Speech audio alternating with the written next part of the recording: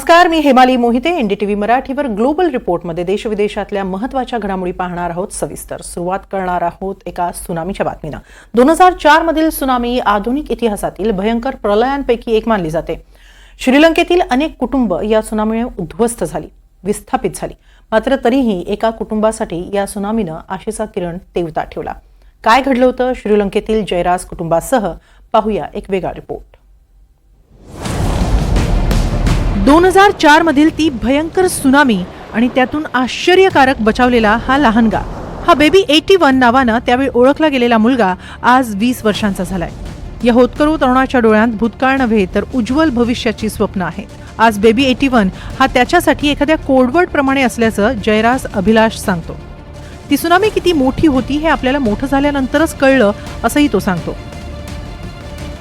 माझ्या वडिलांनी मला दुर्घटनेच्या बातम्यांबद्दल दाखवलं होतं, तेव्हा मला काही त्यात मोठं आहे असं वाटलं नव्हतं. मी जसा मोठा होऊ लागलो तशी मला त्याची तीव्रता जाणवली. जयराज अभिलाषची कथा ही एक प्रातिनिधिक कथा आहे. आधुनिक इतिहासातील सर्वात भयंकर सुनामीची तीव्रता सांगणारी त्याची ही कथा. मात्र अभिलाषचं भाग्य त्या 35,000 बळींना लाभलं नव्हतं. या सुनामीनं तब्बल 35,000 जीव घेतले, तर किती बेपत्ता झाले याची कदाचित गणनाच नसावी. जेव्हा पूर्व श्रीलंकेत ही सुनामी आली तेव्हा 2 महिन्यांचा अभिलाष त्या महाभयंकर लाटेसोबत वाहून गेला होता. मात्र लाट ओसरल्यानंतर त्याच्या घरापासून काही अंतरावर चिखलात रुतलेला अभिलाष हाती लागला आणि तोही जिवंत अवस्थेत.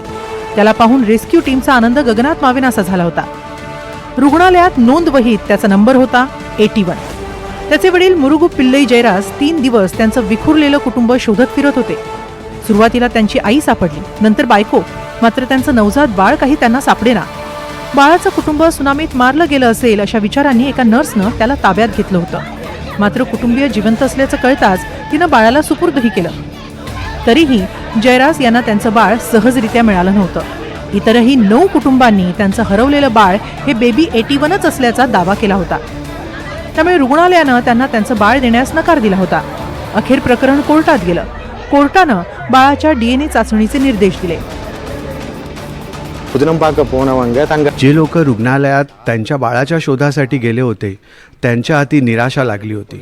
मात्र त्यांच्यापैकी कुणी कोर्टात किंवा पोलिसात गेलं नव्हतं. तर अनेकांनी माझ्या अभिलाषवर दावा केला होता. मात्र त्यांच्यापैकी कोणीही DNA चाचणीसाठीही पुढे आलं नाही.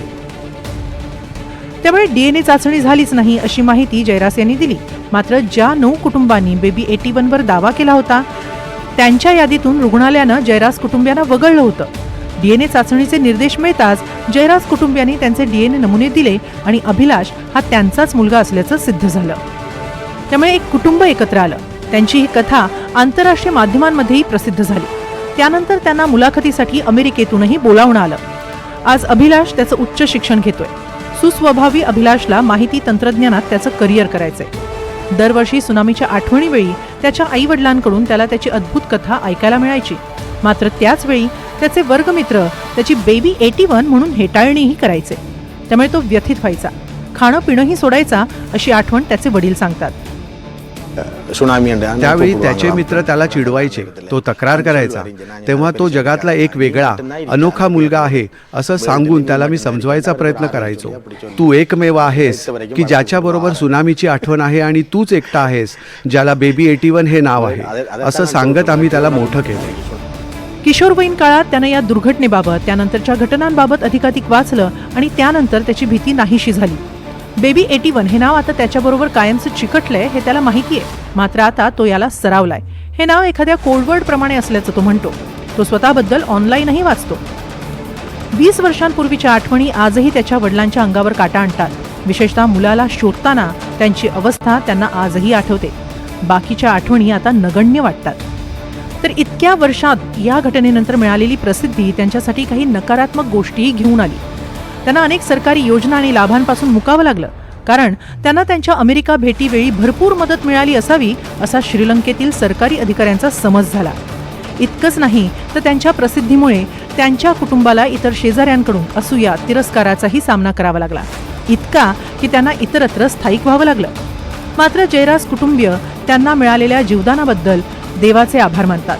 अभिलाष हा सर्व परोपकारी मुलगा व्हावा अशी त्यांना आशा आहे. अभिलाष याच्या वडिलांनी न्हाव्याच्या त्यांच्या व्यवसायातून आपल्या मुलाचं संगोपन केलं. अभिलाष जेव्हा 12 वर्षांचा झाला तेव्हा त्यांनी सुनामीतील इतर बळींसाठी त्यांच्याच अंगणात एक स्मारकही उभारलं.